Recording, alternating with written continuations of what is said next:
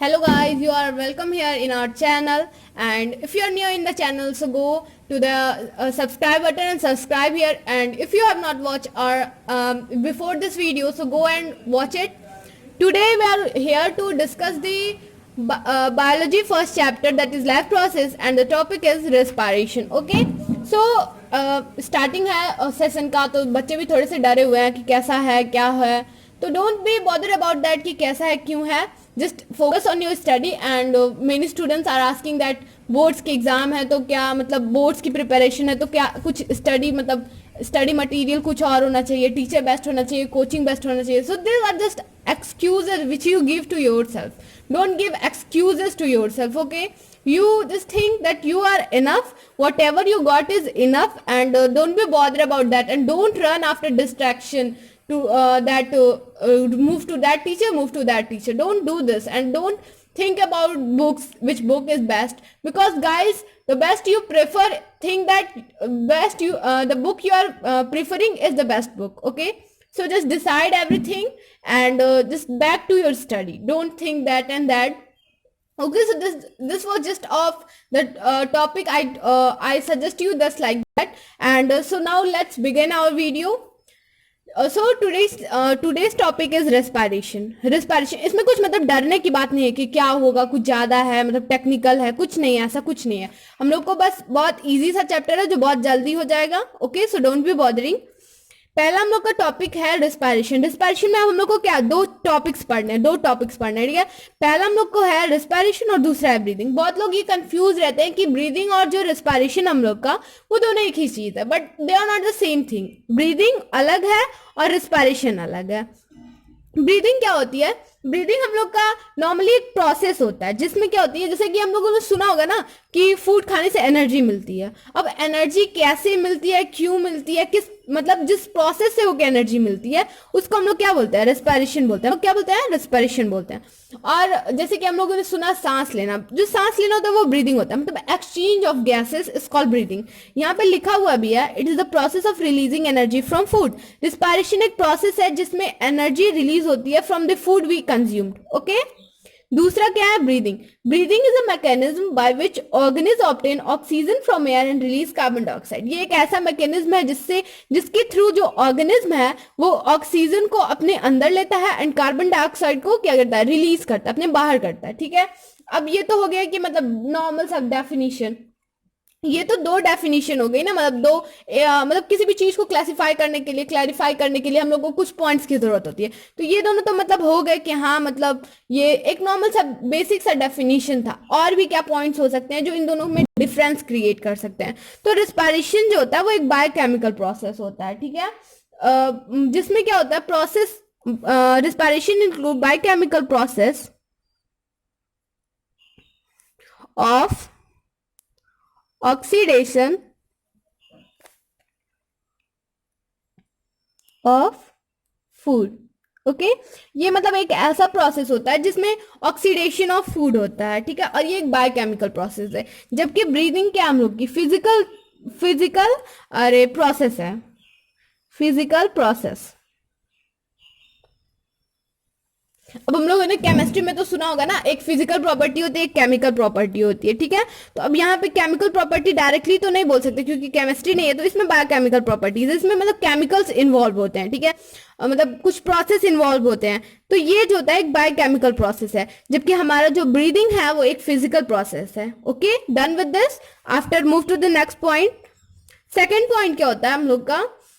और अगर मतलब इसको समझना हो ऐसे कि मतलब ये जो पॉइंट है हम लोग का दैट इज, तो हम लोग मतलब डाल सकते हैं कि बायोकेमिकल प्रोसेस कैसे है. फूड प्लस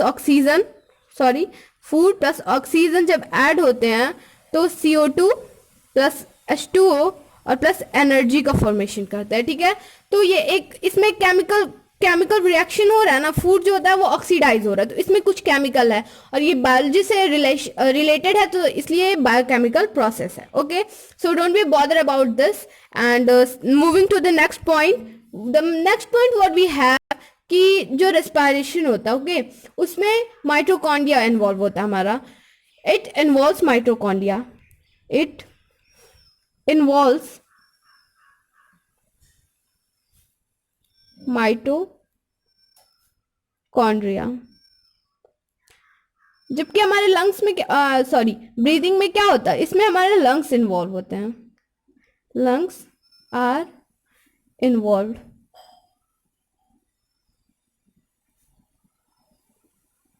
ओके तो ये 3 पॉइंट्स हैं जिसके बेसिस पे आप ये क्लासिफाई कर सकते हैं कि मतलब रिस्पायरेशन और ब्रीदिंग किस तरह से अलग है। Let's revise it. पहला क्या होता है, पहला प्रोसेस ये है कि मतलब ये एक प्रोसेस है जिसमें ऑक्सीडेशन ऑफ फूड होता है, ठीक है।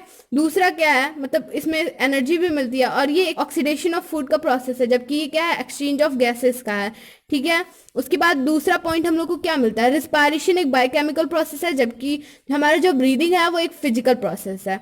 और फिर नेक्स्ट पॉइंट हम लोग का है कि जो रिस्पायरेशन होता है वो हमारे माइटोकॉन्ड्रिया में होता है, जबकि हमारा जो ब्रीदिंग होता है वो हमारे लंग्स में आकर करता है।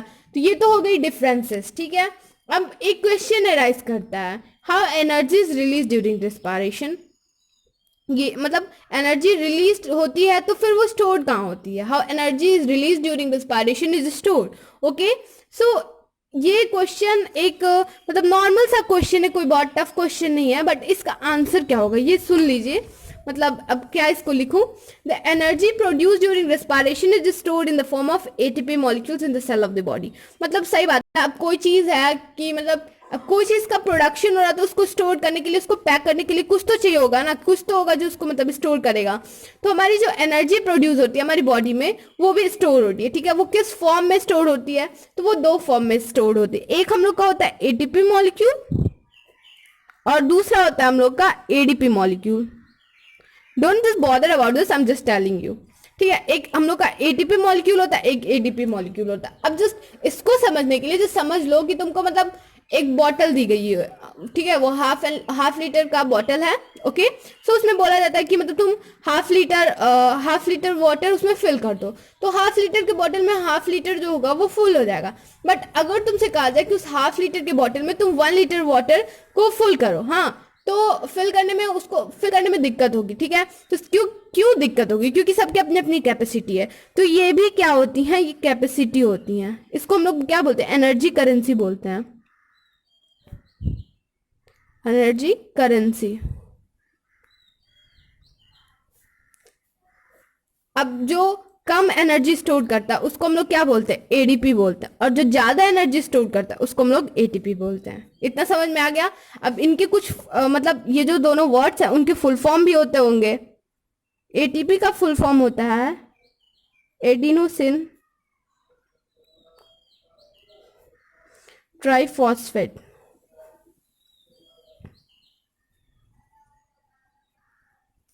और जो हम लोग की एडीपी होता है वो होता है हम लोग का एडिनोसिन डाइफॉस्फेट। समझ में आ गया यहाँ तक, किसी को कोई दिक्कत नहीं? तो चलो आगे बढ़ते हैं, ठीक है। अब यहाँ पे एक वर्ड है फॉस्फेट। सो आपको इसके बारे में ज्यादा सोचने की जरूरत नहीं कि यार फॉस्फेट क्या है। अब फॉस्फेट क्या है, फॉस्फेट कोई चीज नहीं है, फॉस्फेट एक सब्सटेंस होता है, ठीक है। फॉस्फेट को भी जान ही लो कि होता क्या है। ये एक टाइप का सब्सटेंस है, okay, it is just a type of substance.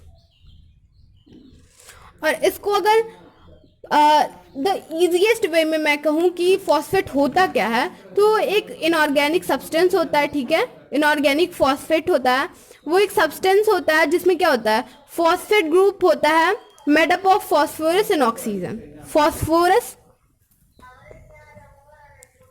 Phosphorus and oxygen, ठीक है, ये कंबाइन होकर फॉस्फेट का फॉर्मेशन करते हैं।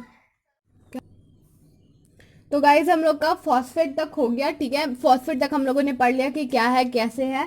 उसके बाद अब हम लोग को 2 बेसिक चीज़ें पढ़नी है, ठीक है। 2 चीज़ें हैं जिनको हमको मतलब बहुत ऐसा भी नहीं है बहुत इंपॉर्टेंट है, बट हाँ मतलब अगर एग्जाम में क्वेश्चन आ गया तो आप लोगों को मतलब थोड़ा सा भी दिक्कत ना, ऑप्शनल क्वेश्चन बन सकते हैं इससे। पहला चीज़ क्या है, पहला जो है the energy release during respiration. पहली चीज़ हम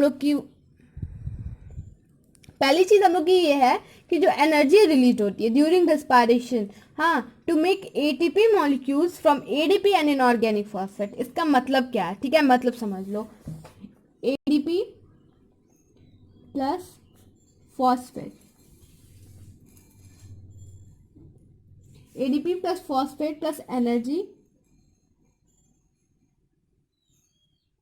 combines to form ATP. Okay, अब हम लोग को पता है कि मतलब एडीपी और एटीपी दोनों एनर्जी के कंटेंट हैं। तो ये एटीपी जो होता है वो हाई एनर्जी कंटेंट होता है, हाई एनर्जी होगी, इसके पास हाई एनर्जी होती है। और एडीपी जो होता है हम लोग का वो लेस एनर्जी होता है। ये हो गया पहली चीज जो मैंने आपको बोली कि मतलब एडीपी और फॉस्फेट और एनर्जी जो होती हैं वो एटीपी का फॉर्मेशन करती है। ठीक है, पहली चीज तो हम लोग की होगी। अब दूसरी चीज क्या है? दूसरी चीज जो हम लोग को रिमेंबर करने वाली है वो ये है, when cell need energy the ATP can be broken down using water to release energy. Got it? I mean that अगर क्या होता है, मतलब मान लो यहाँ पे एडीपी, फॉस्फेट और एनर्जी, ठीक है, ये कंबाइंड होकर किसका फॉर्मेशन कर दिए? फॉर्मेशन कर दिए एटीपी का। अब मान लो अब एटीपी हो गया, अब हमेशा तो हमारी बॉडी में एनर्जी बनते नहीं रहेंगे, मतलब कोई तो टाइम होगा ना कि जब मतलब एनर्जी हमारी बॉडी में नहीं होगी, बट एनर्जी की जरूरत तो हमको हमेशा ही होती है। तो उस केस में हमारे साथ क्या होता है? तो ठीक है, तो उस टाइम पे क्या होता है, एटीपी जो होता है वो डिकम्पोज होता है। डिकम्पोज मतलब होता है जैसे स्प्लिट होना कोई चीज। केमिस्ट्री के फर्स्ट चैप्टर में तो पढ़ा ही होगा आप लोगों ने, ठीक है। I know you guys are smarter. So ATP क्या होता है? एटीपी जो होता है वो ब्रोक डाउन करता है, broke down into ADP plus phosphate. ये जस्ट अपोजिट हो जाता है, ठीक है। मतलब पहले केस में होता है कि ये सब मिलके एटीपी का फॉर्मेशन करते हैं, और जब एटीपी की मतलब एटीपी होती है, फिर जब एनर्जी की जरूरत पड़ती है तो क्या होता है, एटीपी खुद टूट के इन सब का फॉर्मेशन कर देता है। और हम लोग को पता ही है कि मतलब ये जो होता है एटीपी जो होता है वो हाई एनर्जी कंटेंट है, ये लेस एनर्जी कंटेंट है, ठीक है। और ये एनर्जी क्या करने के लिए होती है, ठीक है। यहाँ लेकिन दोनों केस में डिफरेंस है। यहाँ जो एनर्जी प्रोड्यूस होती है वो किसके लिए होती है? मतलब ये कहाँ से मिलती है? ये रेस्पायरेशन से मिलती है, फ्रॉम रेस्पायरेशन। और ये जो एनर्जी आती है वो कहाँ आती है? For use of cell, sorry for use in cell. So clear? ये दो पॉइंट एकदम सही से याद कर लियो, मतलब समझ लीजिएगा। उसके बाद हम लोग मूव करते हैं, ठीक है। यहाँ पे एक चीज हम लोगों ने सुना कि यहाँ भी एनर्जी सुना भाई, यहाँ भी एनर्जी सुना, बट वो एनर्जी इक्वल किसकी होती है, मतलब कितनी एनर्जी होती है? तो यहाँ जो एनर्जी प्रोड्यूस होती है वो 30.5 किलो जूल पर मोल के इक्वल होती है, ठीक है। एनर्जी प्रोड्यूस्ड और energy release during this process is equal to 30.5 kilo joule per mole. यहाँ तक समझ में आ गई? ठीक है, अब आगे हम लोग मूव करते हैं। तो आगे बढ़ने से पहले अब आगे हम लोग को पढ़ना क्या है? टाइप ऑफ रिस्पायरेशन पढ़ना है, ठीक है। तो उसके पहले मतलब टाइप ऑफ रिस्पायरेशन पढ़ना है, तो उसके पहले हम लोग जान लेते हैं कुछ मतलब नॉर्मल चीज जो होती हैं, जो बेसिक चीज है जो हम लोग को जाननी चाहिए, ठीक है। पहला बेसिक चीज क्या है? पहला बेसिक चीज, पहला बेसिक चीज हम लोग का जो ग्लूकोज होता है, ठीक है। ग्लूकोज, ग्लूकोज का फॉर्मूला क्या होता है? C6H12O6, ठीक है। ग्लूकोज जो होता है हम लोग का वो क्या होता है? 6 कार्बन एटम कंपाउंड होता है, 6 कार्बन एटम कंपाउंड, ठीक है। ये 6 कार्बन एटम कंपाउंड होता है। और क्या होता है? ऑक्सीडेशन होता है जब ग्लूकोज का, ठीक है। ग्लूकोज का जब ग्लूकोज में ऑक्सीडेशन होता है, ग्लूकोज में जब ऑक्सीजन ऐड होता है, ठीक है, टू पायरुविक एसिड, जब ऑक्सीजन ऐड होता है तो पायरुविक एसिड में, तो क्या होता है? ये प्रोसेस कहाँ आकर करता है? हमको ये याद करना जरूरी है, साइटोप्लाज्म में। इसको छोड़ दो, मतलब ये कोई इतना नहीं है, अभी इसको हम आगे समझेंगे, ठीक है। इसके बाद इसको मतलब छोड़ दो। उसके बाद बस इतना जान लो कि ग्लूकोज जो होता है हम लोग का फॉर्मूला ये है, और ये 6 कार्बन एटम कंपाउंड है। ये है कि मतलब हम लोग का जो दो चीज और है, जो एक पायरुवेट होती है, उसको हम लोग पायरुविक एसिड भी बोलते हैं, ठीक है। पायरुविक एसिड और पायरुवेट, पायरुवेट, ओके। ये जो होता है वो 3 कार्बन एटम कंपाउंड होता है। और ये पायरुविक एसिड ही नहीं, हम लोग का एक और एसिड होता है, ठीक है, जिसको हम लोग मतलब इसमें पढ़ते हैं वो होता है लैक्टिक एसिड। लैक्टिक एसिड के बारे में तो सुना ही होगा कि मतलब मिल्क में पाया जाता है, ये एक्ट करता है मतलब कर्ड के फॉर्मेशन में। तो लैक्टिक एसिड जो होता है वो भी कितने कार्बन एटम कंपाउंड होता है, 3 carbon atom compound. Okay, so ये कुछ बेसिक चीजें थी जो हम लोग को जाननी थी। अब आगे हम लोग बढ़ते हैं, moving to the next point. क्या हम लोग पढ़ने जा रहे हैं, तो वो है टाइप्स ऑफ रिस्पायरेशन। अब रिस्पायरेशन के कितने टाइप्स होते हैं, so let's start. Types of respiration. Respiration के टाइप्स कितने होते हैं, ठीक है। तो आप लोग बोर तो नहीं हो रहा ना। रिस्पायरेशन के टाइप कितने होते हैं, रिस्पायरेशन के 2 टाइप होते हैं।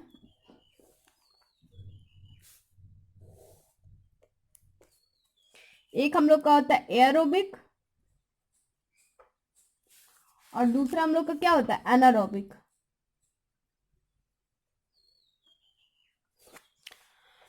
ये बहुत इजी है। एयरोबिक रिस्पायरेशन हम लोग उस रिस्पायरेशन को कहते हैं जिसमें ऑक्सीजन प्रेजेंस हो, ऑक्सीजन प्रेजेंस हो। ऐसा रिस्पायरेशन जो ऑक्सीजन के प्रेजेंस में वर्क करता हो उसको हम लोग एरोबिक रिस्पायरेशन कहते हैं। और ऐसा रिस्पायरेशन जो इन एब्सेंस ऑफ ऑक्सीजन, मतलब जहाँ पे यहाँ पे ऑक्सीजन प्लस होता है, यहाँ पे ऑक्सीजन माइनस होता है, मतलब ऑक्सीजन के एब्सेंस में जो वर्क करता है उसको हम लोग एनारोबिक रिस्पायरेशन कहते हैं। ये तो हो गया मतलब डेफिनेशन। डेफिनेशन पे मतलब लिख ही लेते हैं हम लोग, क्लियरिटी हो जाएगी आप लोगों को। और क्या, respiration, aerobic respiration is respiration aerobic respiration occur in presence of oxygen, okay. whereas जो ये anaerobic respiration होता है वो अकर करता है, occur in absence of oxygen. Okay, so ये एक प्रेजेंस में वर्क करता है, एक मतलब एनारोबिक रिस्पायरेशन जो होता है वो एब्सेंस में रिएक्ट करता है। अब ये तो हो गया कि मतलब डेफिनेशन क्या हो गई। अब एक एक करके हम लोग प्रोसेस देखते हैं, ठीक है। प्रोसेस क्या इन्वॉल्व होते हैं, तो पहले हम लोग एरोबिक के देखते हैं। एरोबिक, एरोबिक में प्रोसेस क्या होता है, ग्लूकोज जो होता है हम लोग का, ग्लूकोज, ठीक है, ये ग्लाइकोलाइसिस होता है, ग्लूकोज का ग्लाइकोलाइसिस होता है। और कहाँ होता है, इन साइटोप्लाज्म, साइटोप्लाज्म ग्लूकोज का ग्लाइकोलाइसिस होता है। उसके बाद वो किस में कन्वर्ट होता है, पायरुवेट में, पायरुवेट में।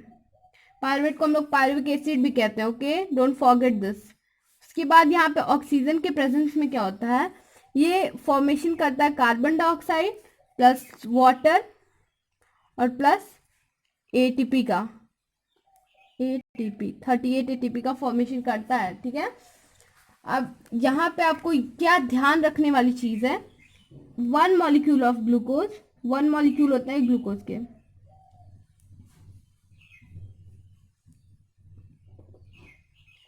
1 मॉलिक्यूल ऑफ ग्लूकोज कितने ग्लाइकोलाइसिस के बाद कितने मॉलिक्यूल ऑफ पायरुवेट में कन्वर्ट होते हैं, तो 2 मॉलिक्यूल होते हैं, ठीक है, 2 molecule. 1 molecule of glucose in glycolysis convert into 2 molecule of pyruvate and after that जब मतलब ऑक्सीजन के प्रेजेंस में जब रेस्पिरेशन होता है तो वो फॉर्मेशन किसका करते हैं, कार्बन डाइऑक्साइड, वाटर और एटीपी का। 38 एटीपी मॉलिक्यूल्स होते हैं, ठीक है। ओके, ये तो ओ सॉरी यहाँ पे वाई होगा, ओके। तो ये तो हो गया कि मतलब प्रोसेस क्या होता है, कैसे होता है। इसमें जो हम लोग का जो साइट होता है एरोबिक में, साइट ऑफ रिस्पायरेशन जो होता है हम लोग का, site of respiration, aerobic respiration, वो क्या होता है हम लोग का, mitochondria. Okay, always remember this, mitochondria जो होता है वो साइट ऑफ रिस्पायरेशन होता है, किसमें, एरोबिक रिस्पायरेशन में। Got it. अब इसके एग्जांपल्स क्या हो सकते हैं, एग्जाम्पल ह्यूमंस हो सकते हैं, क्योंकि हम लोग तो मतलब ऑक्सीजन के प्रेजेंस में ही रिस्पायरेशन करते हैं ना। डॉग हो सकते हैं, लॉयंस हो सकते हैं, और मतलब बहुत सारे एनिमल्स हो सकते हैं, ठीक है। लॉयन, टाइगर, काउ, जिराफ, मतलब जो भी कंसीडर्ड याद करो। उसके बाद फिर हम लोग मूव करते हैं नेक्स्ट पार्ट में, जो कि हम लोग का anaerobic respiration. Anaerobic respiration, anaerobic respiration में क्या होता है, इसमें हम लोगों ने पहले ही पढ़ लिया है कि एब्सेंस ऑफ ऑक्सीजन में होता है, ठीक है। तो उसके बारे में ज़्यादा मतलब डरने वरने की बात नहीं है। और ये किस में आकर करता है ये ज़्यादा ज़रूरी है, ठीक है। तो ये माइक्रोस्कोपिक ऑर्गेनिज्म जैसे कि यीस्ट में होता है, सम बैक्टीरियाज में भी अकर करता है ये, ठीक है, क्योंकि उनको लो एनर्जी की ज़रूरत पड़ती है। एनारोबिक रिस्पायरेशन में जो एनर्जी प्रोड्यूस होती है वो कम होती है। तो इसका प्रोसेस क्या है, प्रोसेस देख लेते हैं। प्रोसेस जो होता है वो थोड़ा मेन होता है, ठीक है।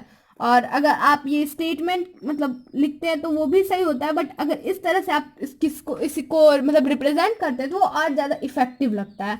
तो ये स्टेटमेंट मतलब ये जो भी इक्वेशन के फॉर्म में है इसको लिखना थोड़ा ज़रूरी होता है, इससे एक बेटर इन्फ्लुएंस पड़ता है, ठीक है।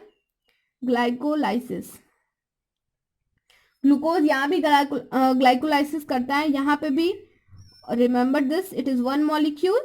ग्लाइकोलाइसिस होता है। ग्लाइकोलाइसिस कहाँ होता है, साइटोप्लाज्म में। ग्लाइकोलाइसिस के बाद क्या होता है, हम लोग का फॉर्मेशन होता है पायरुवेट का। And I think you guys remember कि 2 मॉलिक्यूल ऑफ पायरुवेट फॉर्म होते हैं, ठीक है। पायरुवेट के बाद क्या होता है, यहाँ पे रिस्पायरेशन होता है इन एब्सेंस ऑफ ऑक्सीजन, ठीक है। मान लो हम लोग यहाँ पे कंसीडर कर लेते हैं यीस्ट एज अ कैटलिस्ट।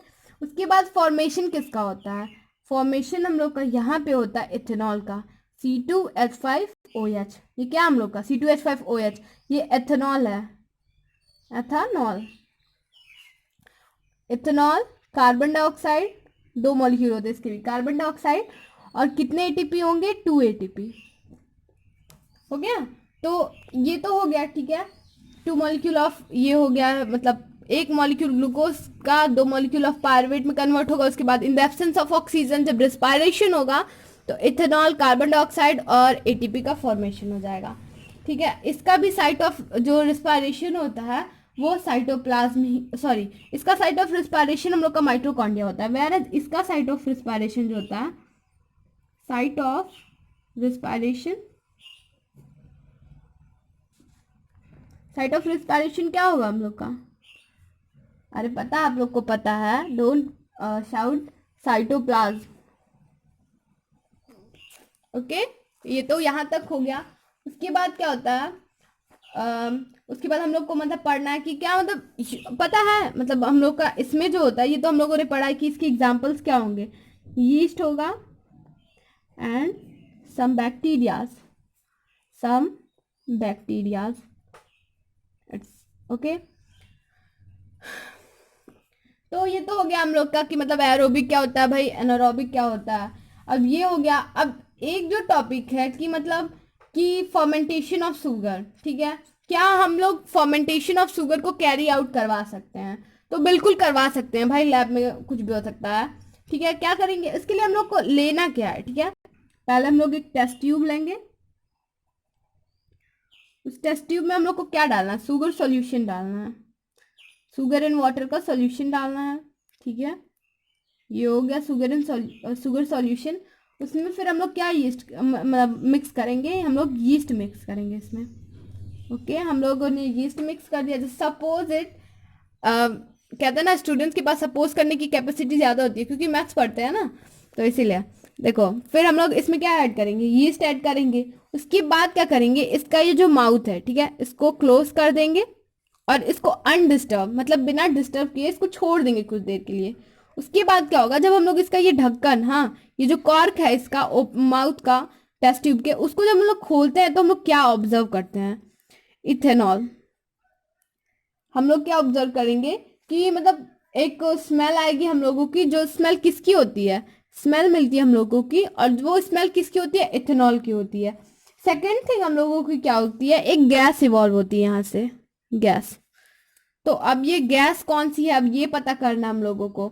तो मतलब गैस पता करने के लिए एक कॉमन चीज है, ठीक है। ये तो मतलब हम लोग यहाँ देख रहे थे कि ये गैस निकलता है, ठीक है। तो अब गैस पहचानने के लिए मेरी केमिस्ट्री के मिस ने बताया था कि मतलब क्या करना चाहिए। ठीक है, जैसे कि मान लो हम लोग का हाइड्रोजन गैस हो सकता है, कार्बन डाइऑक्साइड गैस हो सकता है। गैसेस तो बहुत टाइप की होती है, जो कॉमन गैस होती है उनका मतलब उन्होंने बताया था। तो हाइड्रोजन गैस को हम लोग पॉप साउंड, अभी मैं इन सबका मतलब आपको बता रही हूँ, पहले लिख लूँ।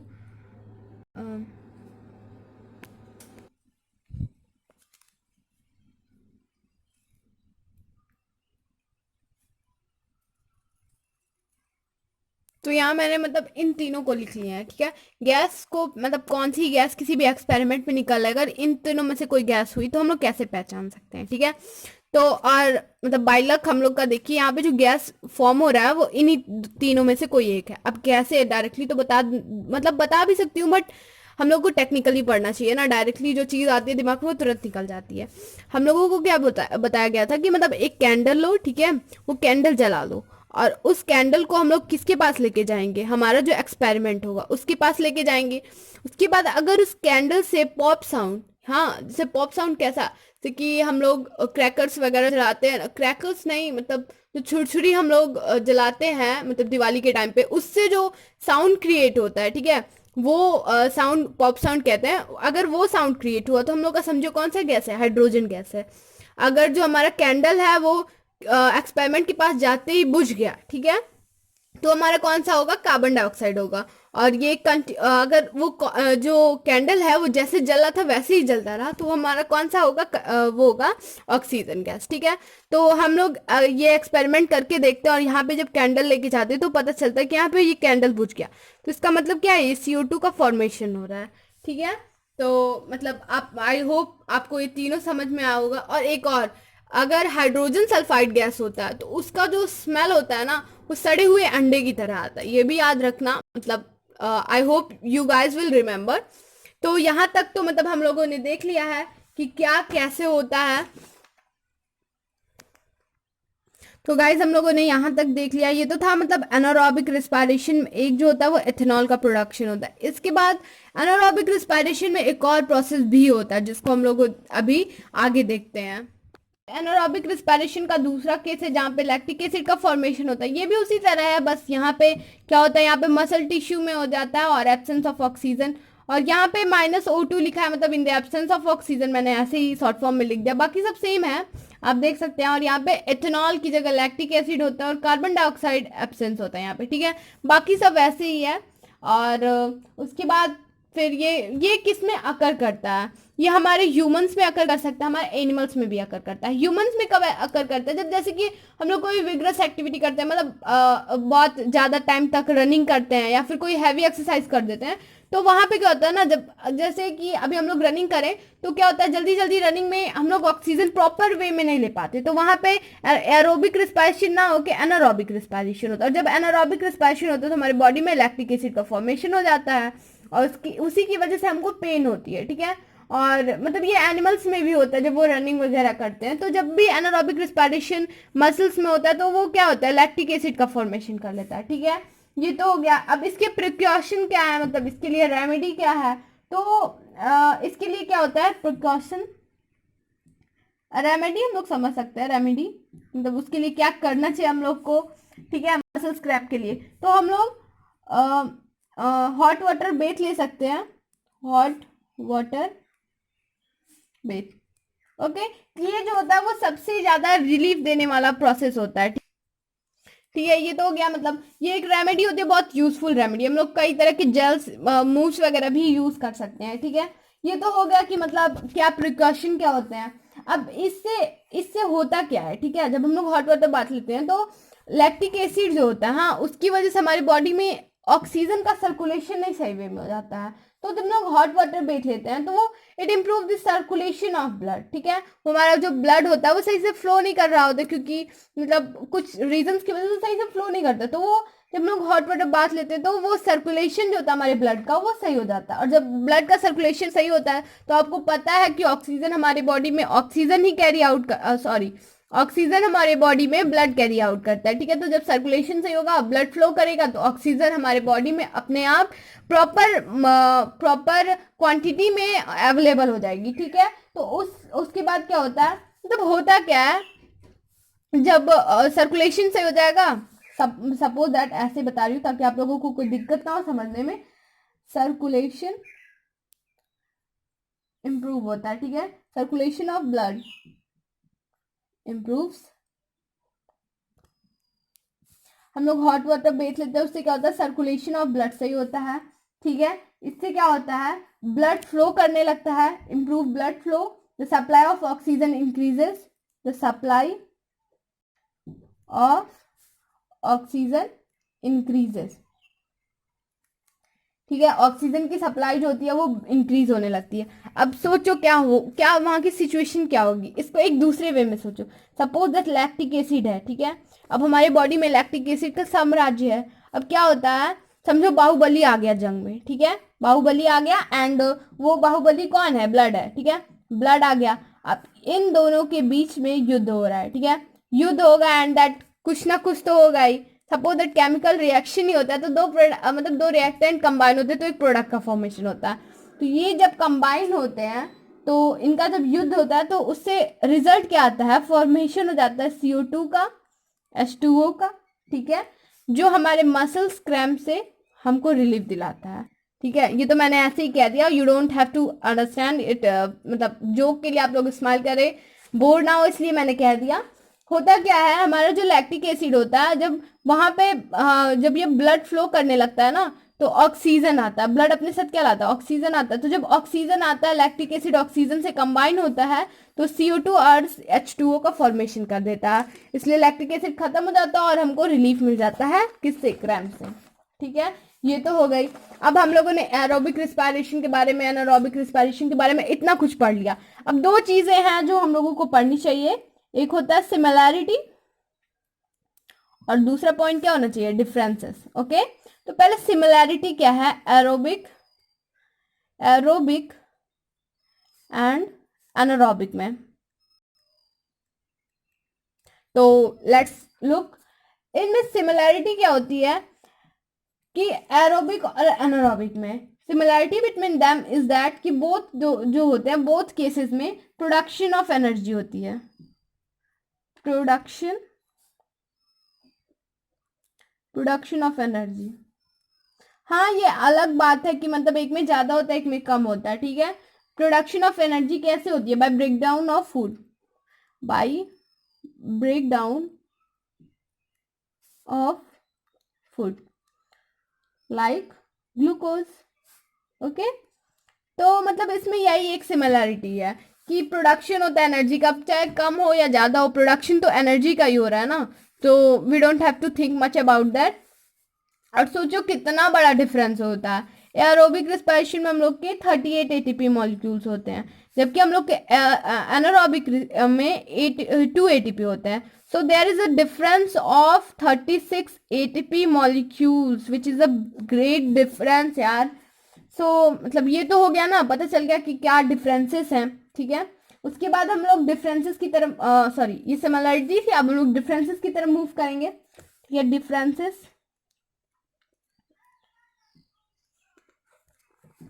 डिफरेंसेस क्या होंगे, तो पहला तो उनकी थियोरी पे बेस्ड होता है कि एक जो होता है वो ऑक्सीजन के प्रेजेंस में होता है, वेर दूसरा जो होता है वो ऑक्सीजन के एब्सेंस में होता है। दूसरा डिफरेंस क्या होगा, यहाँ पे कंप्लीट ब्रेकडाउन ऑफ फूड होता है, ये समझो एरोबिक है और ये हम लोग का एनारोबिक है, ये एरोबिक और ये एनारोबिक। यहाँ पे क्या होता है, कंप्लीट ब्रेकडाउन ऑफ फूड होता है,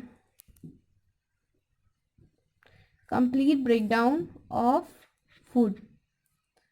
जबकि हम लोग का जो सेकंड है, ठीक है, एनारोबिक रेस्पिरेशन में जो सेकंड है, यहाँ पे पार्शियल ब्रेकडाउन होता है, पार्शियल मतलब पूरी तरह से नहीं होता है, हल्का फुल्का मतलब होता है, कम अमाउंट में होता है, पार्शियल ब्रेकडाउन होता है, okay. Partial breakdown of food and here complete breakdown of food, okay. उसके बाद थर्ड डिफरेंस क्या हो सकता है इसमें, इसका जो एंड प्रोडक्ट होता है, एंड प्रोडक्ट क्या हो सकता है, इसका and product carbon dioxide and water होता है, ओके। एनर्जी तो दोनों में प्रोड्यूस होती है, कार्बन डाइऑक्साइड और वाटर होता है। जबकि इसमें क्या होता है, अगर मतलब एनारोबिक रिस्पिरेशन यीस्ट के केस में होता है तो हम लोग देखते हैं कि वहां पे फॉर्मेशन किसका होता है, एथेनॉल का, C2H5OH plus carbon dioxide. Okay, but अगर हम लोग का मसल टिश्यू में हो रहा है, मसल्स में हो रहा है, तो वहां पे फॉर्मेशन किसका होता है? लैक्टिक एसिड का। अभी तो हम लोगों ने तुरंत पढ़ा है। ओके, और फोर्थ डिफरेंस क्या होता है इसमें? इसमें जो होता है वो कंसिडरेबल अमाउंट ऑफ एनर्जी होती है, अमाउंट ऑफ एनर्जी। यहाँ पे 38 एटीपी होती है। ओके, और यहाँ पे जो होती है मच लेस होती है, मच लेस एनर्जी होती है इन कंपैरिजन टू किसके? एरोबिक, क्योंकि यहाँ पे दो ही एटीपी होती है ना। तो हियर वी हैव डिस्कस्ड भी कि मतलब 38 एटीपी का डिफरेंस होता है इसमें। तो ये तो हो गया, सॉरी 30, मैंने यहाँ पे बोला कि मतलब 36 यहाँ पे होती है और 2 यहाँ पे होती है। ठीक है, तो इसमें डिफरेंस कितना होता है? 36 एटीपी मॉलिक्यूल्स का। ओके, उसके बाद यहाँ तक तो हो गया हम लोग का। अब पता है मतलब क्या होता है रिस्पायरेशन में?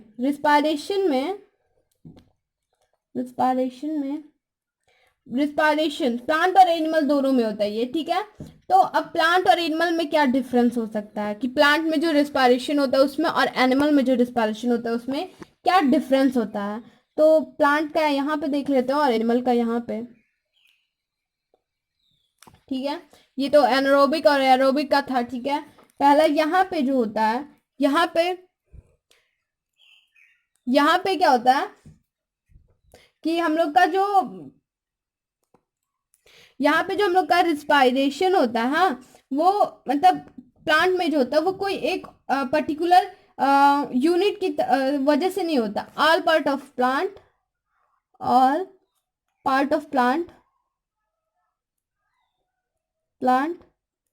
इसमें परफॉर्म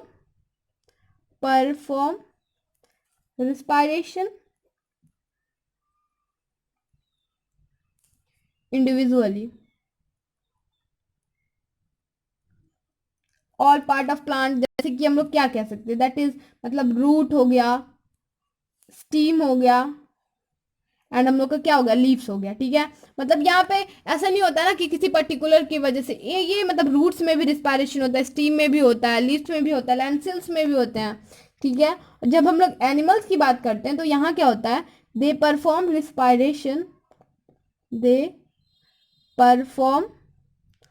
रिस्पायरेशन, शॉर्ट फॉर्म में लिख रही हूँ, respiration as a single unit. मतलब यहाँ ऐसा नहीं है कि कहीं से भी हम लोग कर सकते हैं कि मतलब हर जगह से हम लोग रिस्पायरेशन कर सकते हैं, ऐसा कुछ नहीं है। हमारे लंग्स इन्वॉल्व होते हैं रिस्पायरेशन में और उसके लिए हमारे पास रिस्पायरेटरी सिस्टम भी होता है जिसके थ्रू हम लोग रिस्पायरेशन करते हैं। ठीक है, मतलब कहीं से भी नहीं कर सकते, हमारे लिए हर चीज़ अलग अलग है। ठीक है, दूसरा क्या होता है यहाँ पे? लिटिल ट्रांसपोर्ट, इसको भी शॉर्ट में लिख रही हूँ, transport of gases, little transport of respiratory gases from one part of the plant to the other। ठीक है, जबकि यहाँ पे क्या होता है जो मतलब रिस्पायरेटरी गैसेस होती हैं, रिस्पायरेटरी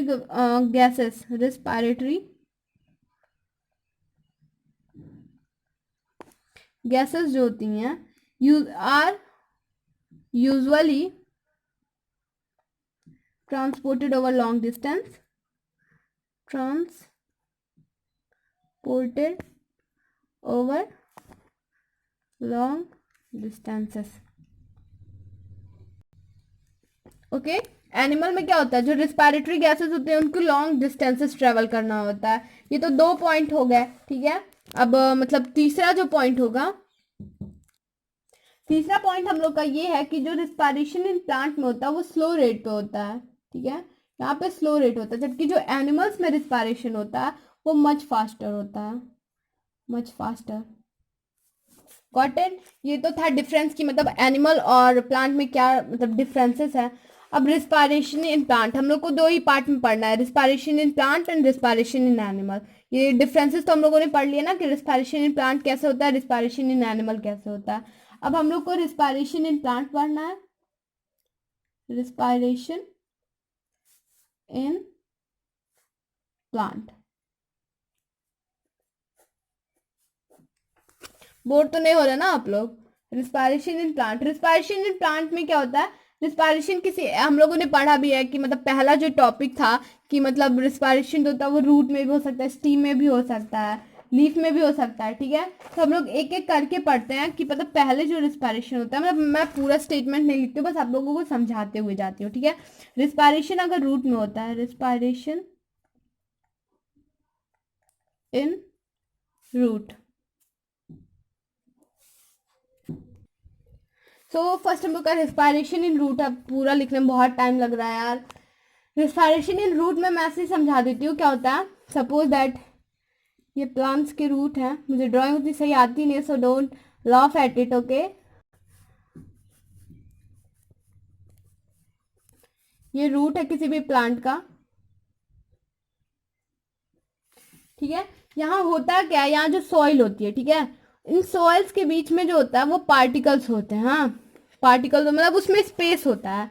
उन सॉइल्स के पार्टिकल के बीच में स्पेस होता है जिसमें हमारी क्या फिल होती है, एयर होती है इन बिटवीन सॉइल पार्टिकल। और ये सॉइल है हम लोग का, ठीक है, ये हम लोग का क्या है, रूट है, ये हो गया। तो क्या होता क्या है, यहाँ पे जो स्पेस होता है, ठीक है, यहाँ से प्लांट जो होता है ऑक्सीजन को, अरे क्या बोलते हैं, यहाँ पे जो एयर प्रेजेंट होता है in between the soil particle, तो उसको रूट क्या करता है, वहां से ऑक्सीजन को ऑब्टेन कर लेता है। यहाँ पे जो ऑक्सीजन होता है ना उसको वो ले लेता है, ठीक है। उसके बाद करता क्या, ऑक्सीजन को लेके, और किस प्रोसेस से लेता है, through the process of THROUGH, through the process of diffusion, okay. तो जो प्रोसेस ऑफ डिफ्यूजन वो लेता है, ठीक है, उसके बाद लेके जाता है, यहाँ पे रिस्पायरेशन हो जाता है, उसके बाद फिर वो सेम रूट से वापस कार्बन डाइऑक्साइड जो प्रोड्यूस होता है आफ्टर रिस्पायरेशन उसको वापस छोड़ देता है, ठीक है। तो मतलब रूट हेयर के थ्रू रिस्पायरेशन होता है रूट में, और प्रोसेस कौन सा इन्वॉल्व होता है आपको ये याद रखना है, डिफ्यूजन। और मतलब ये समझने की जरूरत, सपोज इसको समझने के लिए जैसे समझ लो कोई लॉरी है, ठीक है, किसी लॉरी को एक जगह पे भेजा जा रहा है, वो जा रहा है वहां पे, अब इस लॉरी में क्या लोडेड है, ऑक्सीजन गैस है, समझो ये किसी पोजीशन ए पे जा रहा है, इसका ये जो रूट है वो कॉमन रूट है, सपोज दैट ये सीडी रूट है, ठीक है, सीडी रूट है, इसको ए प्लेस पे जाना है, और ये हम लोग की एक लॉरी है। अब ये ऑक्सीजन लोड करके जा रही है, और पोजीशन ए पे ऑक्सीजन को मतलब खाली करती है, यहाँ पे पूरा वो गिराती है, ये जो लॉरी है, ठीक है। अब यहाँ से ऑक्सीजन ये बोलता है कि मतलब ठीक है इधर से भी सामान लेके जाओ, फिर उधर से जब ये लॉरी आती है तो इसमें क्या होता है, कार्बन डाइऑक्साइड होता है, ठीक है, वो सेम रूट से आती है, जैसे गई थी वैसे ही आ गई, सेम ऐसे ही होता है। ऑक्सीजन रूट हेयर के थ्रू जाता है अंदर, रिस्पायरेशन होता है, कार्बन डाइऑक्साइड प्रोड्यूस होता है, उसके सेम रूट से रूट हेयर के बाद मतलब रूट हेयर से बाहर डिफ्यूजन प्रोसेस के थ्रू आ जाता है। आई होप तुम लोग समझ गए होगे यार, ओके ओके। इसके बाद एक हम लोग का क्वेश्चन होता है, ठीक है, क्वेश्चन क्या होता है, why land plant die if their root remain waterlogged। रुको मैं इसको लिख देती हूँ, why land plant die if their roots remain waterlogged, ठीक है, ये हमारा क्वेश्चन है, ठीक है। अब क्वेश्चन हम लोग को मेनली जो लोग गांव वगैरह में रहते हैं, जिनको थोड़ी भी फील्ड वगैरह की नॉलेज होगी, या फिर जिनको भी नॉलेज होगी, ठीक है, हम लोगों को क्या होता है, मतलब बोला जाता है कि यार इरिगेशन जो पर्टिकुलर फील्ड है उसको वहाँ पे जो क्रॉप है उनको इरिगेशन की जरूरत है, ठीक है। सपोज दैट कोई एक बंदा है वो इरिगेशन मतलब सिंचाई कर दिया, उसके बाद क्या होता है, जस्ट आफ्टर वो सिंचाई करके आता है वहां पे बारिश हो जाती है, ठीक है। अब बारिश हो गई, बारिश के ज्यादा उसकी वजह से यहाँ पे पानी ज्यादा कलेक्ट हो जाते हैं, हाँ, पानी ज्यादा कलेक्ट हो जाता है, तो इसके जो मतलब प्लांट होते हैं वो डाई हो जाते हैं। तो यहाँ पे कॉन्सेप्ट ये है ना कि पहले तो बोला जा रहा था कि पानी दो पानी दो पानी दो, हाँ ठीक है, जब पानी दे दिया, चलो फार्मर जो था वो कुछ पानी दिया, और कुछ पानी जो था उसको रेन के थ्रू मिल गया। अब ऐसा क्या होता है कि मतलब प्लांट डाई कर जाता है, या फिर प्लांट जो था वो बेकार हो जाता है, तो वही है। तो इसमें रीजन क्या है, ठीक है, जैसे कि हम लोगों ने यहाँ पे पढ़ा कि जो सॉइल होता है हम लोग का उसमें एयर होता है, ठीक है, जिसके थ्रू प्लांट जो होता है वो रिस्पायरेशन करता है। लेकिन जब ये वाटर ज्यादा अमाउंट में आ जाता है ना, तो क्या होता है, जो स्पेस होती है हम लोग की सॉइल के बीच में वो वाटर से भर जाती है। उसके बाद क्या होती है, वहां पे जितने भी गैसेस होती है, ठीक है, जो भी गैस होती है रिस्पिरेटरी गैसेस, वो सब बाहर निकल जाती हैं। और उससे क्या होता है, रूट जो होता है रिस्पिरेशन नहीं कर पाते, जिसकी वजह से वो डाई कर जाते हैं। ठीक है, तो यही रीजन था। अब यहाँ क्वेश्चन लिख दूँ तो आंसर भी लिख ही देती हूँ, बिकॉज टू मच वाटर तुम लोग सही से लिख लेना, मैं ऐसे ही लिख रही हूँ, expel all the air from in between the soil particle.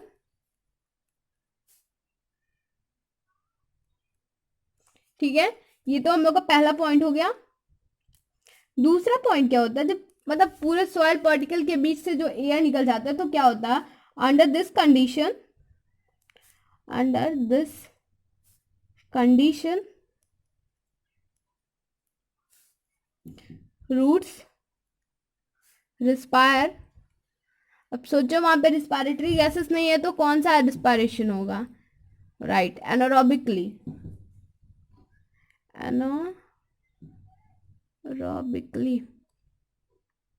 Okay, anaerobic respiration होता है, जिससे क्या होता है, प्रोडक्शन होता है। किसका प्रोडक्शन होगा, अब इसमें लैक्टिक एसिड का तो फॉर्मेशन होगा नहीं, यहाँ पे फॉर्मेशन होता है इथेनॉल का। इथेनॉल जो एक टाइप का क्या है, अल्कोहल है। This may kill the plant,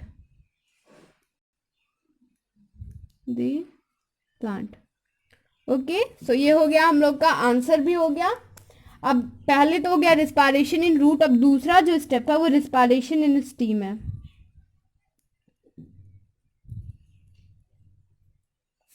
in steam में रिस्पायरेशन, यार देखो, स्टीम में रिस्पायरेशन समझने के लिए ना दो चीज जानना होता है। एक जो होता है, मतलब सपोज दैट कोई आम का पौधा है, ठीक है, तो पहले वो जब मतलब छोटे इस पे होता है, ठीक है, तो वो क्या होता है, उसकी जो स्टीम्स होती हैं वो ग्रीन होती हैं, हाँ, लेकिन जब वही बड़ा हो जाता है तो वो जो स्टीम्स होती हैं वो ब्राउन हो जाती हैं और मोटी हो जाती है, उसमें मतलब कुछ हार्ड कोटिंग आ जाती है, ठीक है, ब्राउन ब्राउन कलर की, और जबकि ये जो होता है वो ग्रीन ही होता है। तो जब ये ग्रीन वाला होता है तो इसमें स्टोमेटा होता है, जबकि ये जब वो हार्ड वाला आ जाता है ना तो इसको हम लोग स्टोमेटा नहीं कहते, यहाँ पे लेंटिल्स होता है, लेंटिल्स।